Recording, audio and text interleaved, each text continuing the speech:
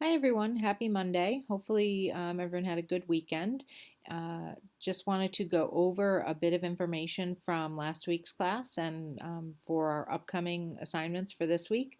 I don't have any quiz questions to go over because everyone got 100 on the quiz. So great job, or 20, 20 out of 20 on the quiz. So great job on that. And if you have any specific questions related to the quiz or the material from last week, please feel free to reach out. I will just mention quickly, in our discussion, good work in the discussion. And I think the one key takeaway that I hope that you have from this is that you don't have to be running the organization to provide community benefit. You don't have to create a whole separate department or anything like that. Most employees of any healthcare organization have the opportunity to volunteer or do work on behalf of their organization that provides community benefit.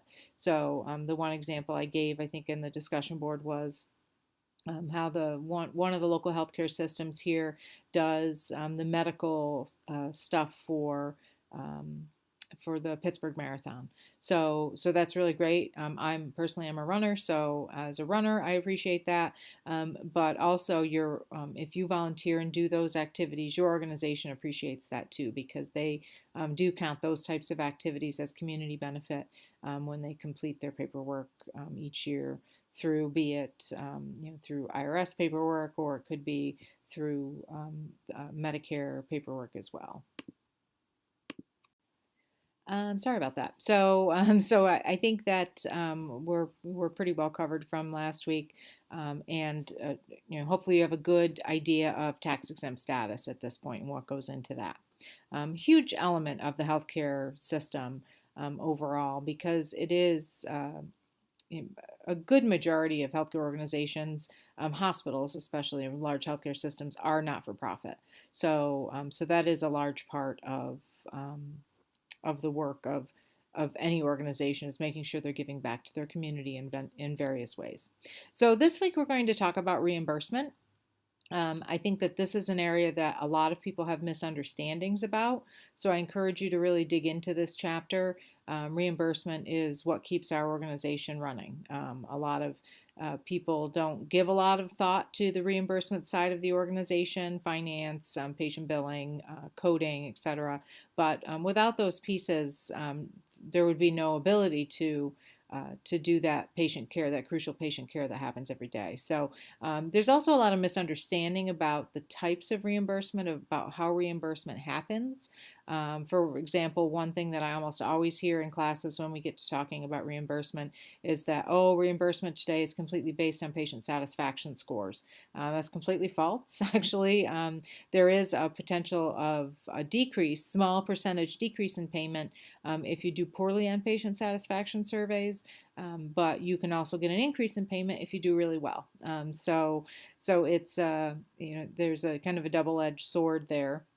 But the existing systems that are out there, such as risk-based payment, DRGs, outpatient prospective payment system, Medicare fee schedule, or BRVS, they've been in place for years, and those are still what are in place.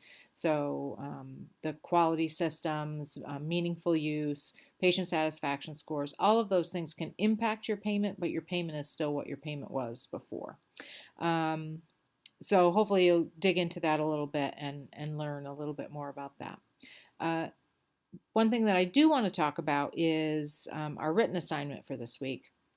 We'll be working on an infographic. So if you've never done an infographic before, hopefully you'll find this fun. It can be a little more creative than writing a paper. But I want you to summarize the major types of managed care organizations and what are some of the similarities and differences between them. So an infographic is basically a pictorial version of some information if you've not done an infographic before. And just getting this one to come up, I wanted to show you a little bit that how this works. So in the classroom, I'm going to go back here for a second. I gave you three options: Easily, Venngage, Pictochart. I'm sure there are probably other websites out there that are free that allow you to create infographics. You can use any one that you would like. But these are three that I've used all three. They're very user-friendly, pretty easy.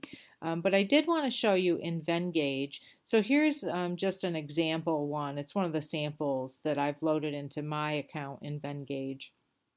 But the thing about Venngage, if you choose to use that, is as you'll notice if you try to share or download, it tells you that you have to upgrade to the paid account in order to use them.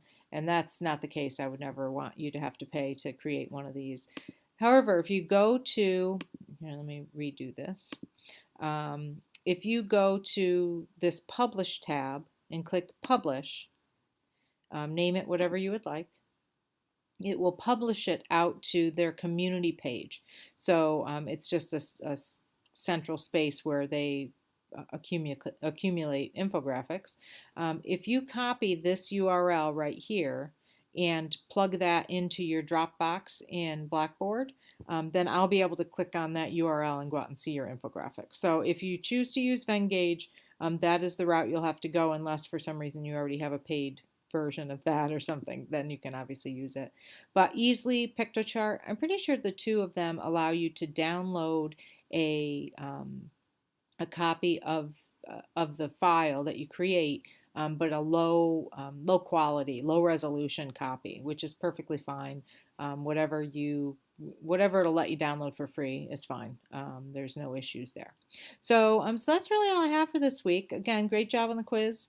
If you have any questions on the work for this week or on the infographic, how to do that, please just reach out, email, call. You can always stop by my office hours if you're in the Moon area. I think that's about it. So we'll talk to everyone in the discussions this week. Thanks.